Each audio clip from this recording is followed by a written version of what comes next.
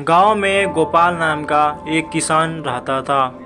उसकी उम्र ज़्यादा खेत में काम करने में असमर्थ हूँ। तुम दोनों मेरी मदद करो जिससे खेत का काम आसानी से हो सके। लेकिन दोनों भाई एक नंबर के आलसी और निकम्मे थे। दोनों ने अपने पिताजी को खेत में काम करने के लिए मना कर दिया। खाना खाकर दोनों भाई वहां से चले जाते हैं। दोनों बेटों के जाने के बाद उमा गोपाल से बोलती है, सिर्फ आपका ही लाड प्यार ने इन दोनों को बिगाड़ के रखा है। आपने ही इन दोनों से कभी भी खेत का काम नहीं कराया, जिस वजह से ये दोनों आलसी और निकम्मे हो गए हैं। भर खेतों में काम करता और शाम को घर खांसते खांसते आता। गोपाल की ज़्यादा तबीयत खराब होते देख उसकी पत्नी को काफ़ी दुख हुआ और बोली, तुम खेत में इतना क्यों काम करते हो? तुम्हारी तबीयत कितनी खराब होती जा रही है। अब उसकी पत्नी गोपाल को घर पर ही देखभाल करती और सेवा करती।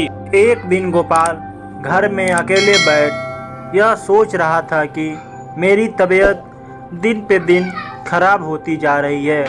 मेरे ना रहने पर मेरे दोनों बच्चों का क्या होगा।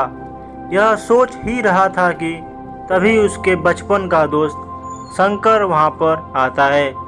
शंकर गोपाल की ऐसी हालत देख काफ़ी आश्चर्य में पड़ जाता है और पूछता है, तुम इतने बीमार कैसे पड़ गए? तब गोपाल बोलता है, खेत में काम करने की वजह से इतना बीमार हो गया हूँ। गोशंकर बोलता है, तुम्हारे दोनों बेटे खेत में काम नहीं करते क्या? तब गोपाल बोलता है, मेरे दोनों बेटे बहुत ही आलसी और निकम्मे हैं। तब शंकर गोपाल के कान में एक उपाय बताता है और वहां से चला जाता है। शंकर के जाते ही गोपाल अपने दोनों बेटों को बुलाता है और उनसे कहता है, तुम दोनों हमेशा पैसा कमाया है।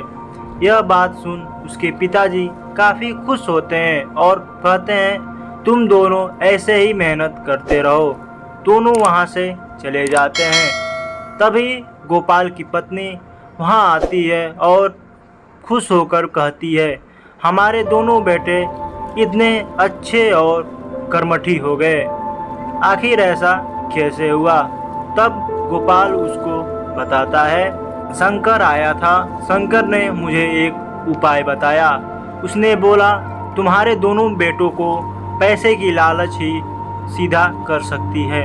यह बात सुन उमा काफ़ी खुश होती है और शंकर को धन्यवाद देती है कि उनके वजह से हमारे जीवन में काफ़ी बदलाव आए। राम और श्याम को पैसे की लालच ही मेहनत के मार्ग पर वापस लेकर आई।